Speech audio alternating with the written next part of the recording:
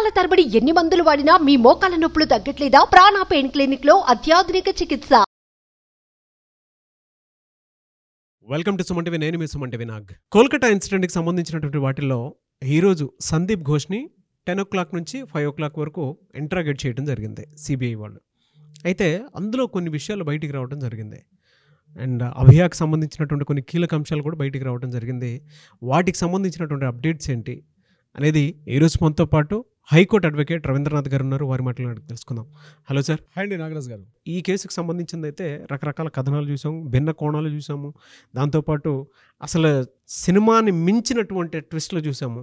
అయితే దీనికి సంబంధించినటువంటి వాటిలో ఈరోజు కనుక మనం చూస్తే సందీప్ ఘోష్ మార్నింగ్ 10 o'clock నుంచి ఈవినింగ్ 5 o'clock వరకు సిబిఐ వాళ్ళు ఇంట్రాగేట్ చేసినట్లు తెలుస్తుంది. దీనికి సంబంధించినటువంటి పూర్తి అప్డేట్ చేయండి సార్. నాగరాజ్ గారు, ఆర్జికర్ మెడికల్ కాలేజ్ దీనికి సంబంధించి మనం ఎప్పటికప్పుడు అప్డేట్స్ ఇస్తూ వస్తున్నాం మనకు తెలిసిన విషయాలకు సంబంధించి. అయితే ఈరోజు కొన్ని ముఖ్యమైనటువంటి విషయాలు జరిగాయండి. ముఖ్యంగా నిన్న శుక్రవారం రాత్రి 8:30 జూనియర్ డాక్టర్స్ ఒక అల్టిమేటం ఇచ్చారు రాష్ట్ర ప్రభుత్వానికి, మమతా బెనర్జీ ప్రభుత్వానికి ఒక డెడ్ లైన్ విధించారు.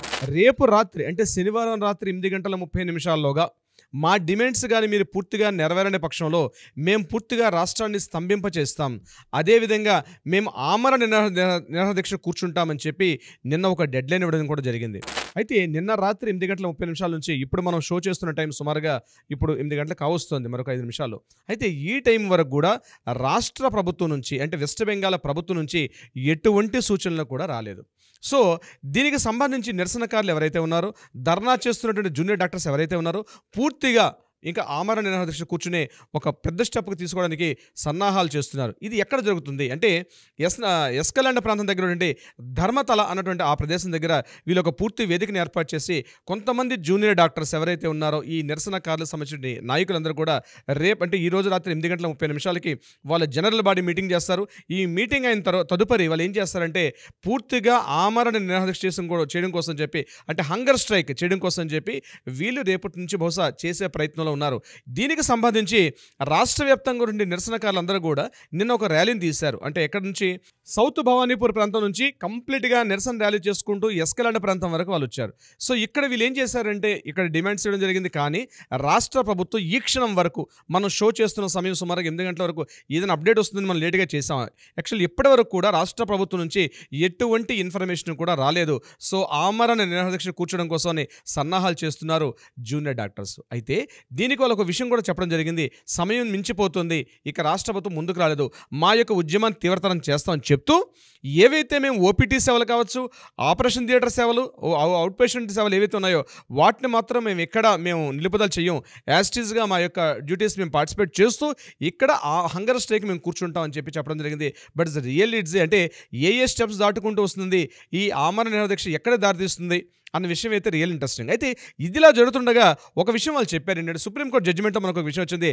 అక్టోబర్ 15 ఏదైతే రాష్ట్ర వ్యాప్తంగా ఉన్నటువంటి అన్ని హాస్పిటల్స్లో కానీ విద్యా సంస్థల్లో కానీ మెడికల్ కాలేజ్ సంబంధించి అన్ని విద్యా సంస్థల్లో కూడా మహిళలకు సంబంధించి పూర్తి రక్షణ భద్రతను ఏర్పాటు చేయమని చెప్పి ముఖ్యంగా టాయిలెట్స్ విషయంలో అదేవిధంగా రెస్ట్ రూమ్స్ విషయంలో పూర్తిగా కంప్లీట్గా చేయమని చెప్పి సుప్రీంకోర్టు డెడ్ లైన్ విధించింది. కానీ వీళ్ళు సుప్రీంకోర్టు యొక్క డెడ్ లైన్ని కూడా వాళ్ళు పెద్దగా బేఖాతరు చేయకుండా కంప్లీట్గా రాష్ట్ర ప్రభుత్వానికి అల్టిమేట్ ఇవ్వడం మాత్రం ఒక విధంగా చెప్పాలంటే దీనికి సీనియర్ డాక్టర్లు కూడా మద్దతు పలకడం, జూనియర్ డాక్టర్సే ఇప్పటివరకు మనం చూసాం, సీనియర్ డాక్టర్లు కూడా మద్దతు పలకడం మాత్రం ఇది ఎక్కడికి దారితీస్తుందో అన్న పరిస్థితి మాత్రం కొంత భయానక వాతావరణాన్ని కలిగిస్తుంది వెస్ట్ బెంగాల్లో. ఇక రెండో పాయింట్, ఆశిష్ పాండే ఇతనిని నిన్న అరెస్ట్ చేశారు సిబిఐ వాళ్ళు.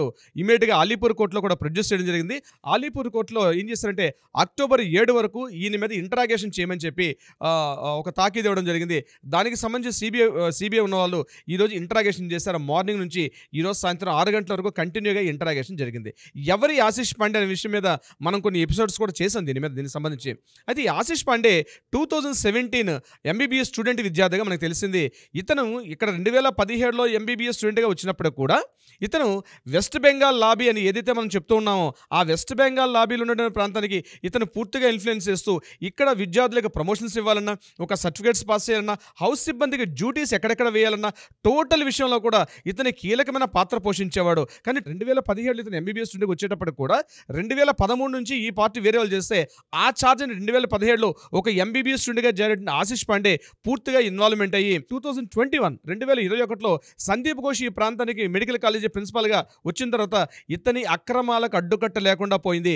పూర్తిగా అతన్ని మాఫియా రాజు అంటారు. ఆ మాఫియా రాజు అంటే సందీప్ ఘోష్.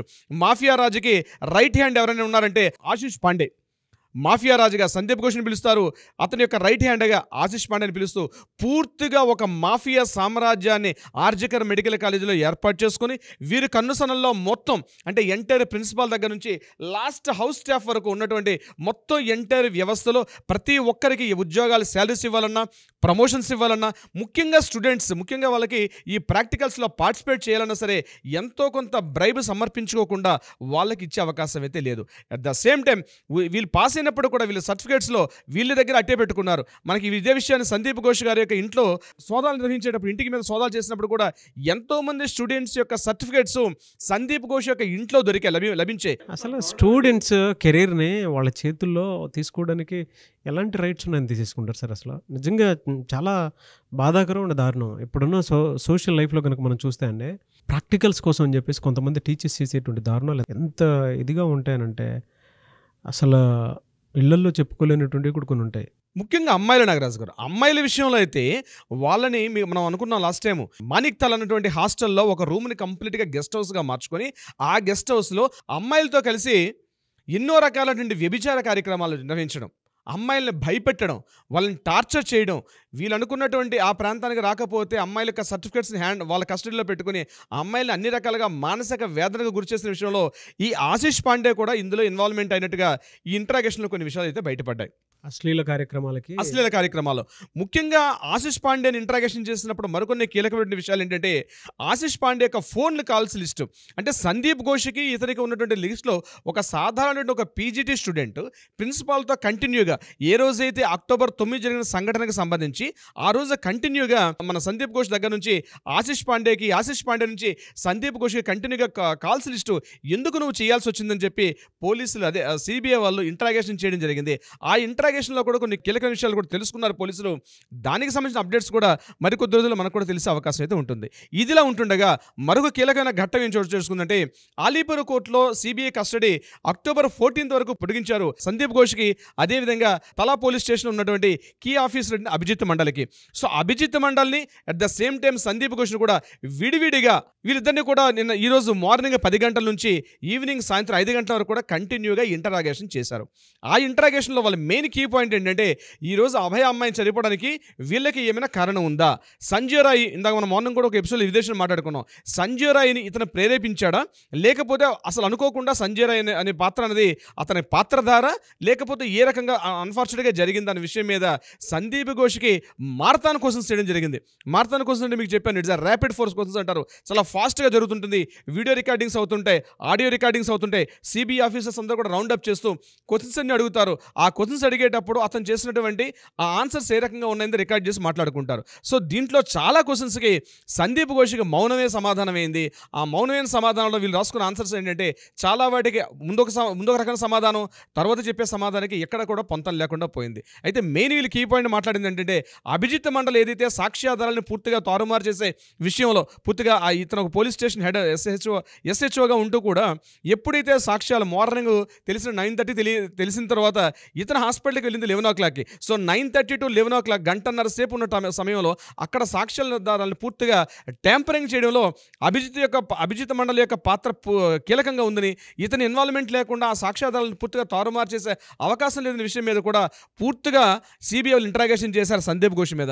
దీనికి కూడా సరైన ఆన్సర్ చెప్పట్లేదు. కానీ సందీప్ ఘోష్ కొన్ని విషయాల్ని బహిర్గతపరచకుండా ఎవరైతే డిఎని మనం మాట్లాడుకుంటున్నామో ఈ మొత్తం ఎన్టీఆర్ మాఫియా మీద, నార్త్ బెంగాల్ లాబీ మీద సంబంధించి ఎవరైతే డిఎన్ఏ వ్యక్తి ఉన్నారో ఆ డిఎన్ఏ వ్యక్తిని పేరు చెప్పినట్టుగా కొంతమంది సిబిఐ ఆఫీసర్లు బయటకు వచ్చి మాట్లాడుతున్నారు. బయట పూర్తిగా మన కన్ఫర్మేషన్ లేకుండా డిఎన్ఏ పేరుతో మనం రివీల్ చేయలేం కాబట్టి ఆ పేరుని మనం కూడా పూర్తిగా రీసెర్చ్ చేస్తున్నాం. ఒకవేళ ఆ కీలకమైన ఆధారాలు ఇస్తే మనం కూడా డెఫినెట్గా మన వ్యూవర్స్ కూడా మనం పంచుకునే ప్రయత్నం చేస్తాం. నాగరాజు గారు, తెలుస్తుందండి, అంటే డిఎన్ఏటువంటి కాన్సెప్ట్ ఏదైతే ఉందో ఎవరు ఏంటి అని చెప్పేసి కొంతమంది ఆల్రెడీ గెస్ చేసే ఉంటారని అనుకుంటున్నాను నేను. మనం ఈ సిరీస్ చేసే భాగంలోనే కొంతమందికి డెఫినెట్గా డౌట్ వచ్చే ఉంటుంది, ఎవరు గవర్నమెంట్ తరపు నుంచి ఇన్వాల్వ్ అయ్యి ఉన్నారా, లేదు అనుకుంటే ముసుగేసుకొని ఇన్వాల్వ్ అయ్యి ఇదంతా చేయిస్తున్నారా అనేటువంటి విషయం అయితే గెస్ చేసి ఉంటారని అనుకుంటున్నాను. చూద్దాం, కింద కామెంట్ బాక్స్లో కూడా పెడతారు కదా. నిన్న ఆలీపూర్ కోర్టులో ఒక కీలకమైన ఘట్టం చోటు చేసుకుంది. ముఖ్యంగా ఈ ఆశిష్ పాండేకి ఎప్పుడైతే పోలీస్ కస్టడీలో తీసుకున్నారో అతన్ని కస్టడీలో తీసుకోకుండానే ముందుగానే ముందస్తు బెయిల్ కోసం చెప్పి అతని అడ్వకేట్ అయినటువంటి ఆనంద గంగూలీ తీవ్రమైన ప్రయత్నాలు చేశారు. ఏమైనా ప్రయత్నాలు చేస్తున్నారంటే జస్టిస్గా పనిచేస్తుంటే సుజిత్ కుమార్ జాని చాలా రిక్వెస్ట్ చేస్తున్న ఒక మాట అన్నారు, మా క్లయింట్ ఎవరైతే ఉన్నట్టు ఇతను కేవలం స్టూడెంట్గా మాత్రమే ఉన్నాడో, ఇతనికి ఈ కేసులో ఎటువంటి సంబంధం లేదు. దీనికి మీరు ఆల్రెడీ పోలీస్ ఇంటర్గేషన్లో సందీప్ ఘోష్తో పాటు చాలా కీలకమైన వ్యక్తులు ఉన్నారు. ఇతని కేవలం ఒక పీజీటీ స్టూడెంట్ మాత్రమే. ఇతనికి ఈ కేసుకు సంబంధించి జస్ట్ ఎక్కడైతే సంఘటన జరిగిందో ఆ ప్రత్యక్షమైన ప్రదర్శనలో ఇది కేవలం ఉన్నాడు, అతని ప్రజెంటేషన్ తప్పించి ఇతనికి ఎటువంటి సంబంధం లేదు, దయచేసి ఒక అడ్వాన్స్ అంటే ముందస్తుగా బెయిల్ ఇవ్వమని చెప్పి రిక్వెస్ట్ చేసినప్పుడు కూడా సో జస్టిస్ అనేటువంటి సుజిత్ కుమార్ జా ఇమ్మీడియట్గా ఆ యొక్క రిక్వెస్ట్ని క్యాన్సిల్ చేస్తూ October 7th వరకు ఆయన యొక్క కస్టడీని పొడిగింపు చేయడం జరిగింది. అంటే ఇక్కడ బెయిల్కి ఎంత ట్రై చేస్తున్నారంటే నాగరాజు గారు, ఏ చిన్న అవకాశం ఉన్నా సిబిఐ వాళ్ళ ఇన్వెస్టిగేషన్లో ఏ చిన్న అవకాశం ఉన్నా అటు అభిజిత్ మండల్ కానీ, సందీప్ ఘోష్ కానీ, ముఖ్యంగా అఫ్సర్ అలీ ఖాన్ కానీ, at the same time Suman Hazra కానీ, బిప్లక్ సింగ్ కానీ, వీళ్ళందరూ కూడా ఎంతవరకు వీలైతే అంత ఛాన్స్ తీసుకొని మ్యాక్సిమం బెయిల్ తీసుకొని బయటకు వచ్చే ప్రయత్నాలు అయితే చేస్తున్నారు. కానీ సిబిఐ వాళ్ళ దృష్టిలో October 14th వరకు ఏదైతే డెడ్ లైన్ ఉందో సుప్రీంకోర్టు హీరింగ్ సంబంధించింది కాబట్టి బెయిల్ ఇచ్చే ప్రసక్తే లేదన్నట్టుగా కీలకంగా పూర్తిగా దీని మీద దర్యాప్తు అయితే జరుపుతున్నారు. నాగరాజు గారు, ఇన్ని రోజులు బెయిల్ రాకుండా జరిగింది అని అంటే ఇటు మంచిగా దీనికి సంబంధించినటువంటి వాటిల్లో డెఫినెట్గా సత్వర న్యాయం జరిగే అవకాశం ఉంటుంది అని భావించడంలో ఏమాత్రం డౌట్ లేదని చెప్పొచ్చండి. Whatever the reason, we want justice, we demand justice. Thank you so much Ravindranath గారు. Thank you so much Nagaraju గారు. సుమన్ టీవీలో మీ పర్సనల్ అండ్ బిజినెస్ ప్రమోషన్స్ కోసం కింది నెంబర్కి కాంటాక్ట్ చేయండి.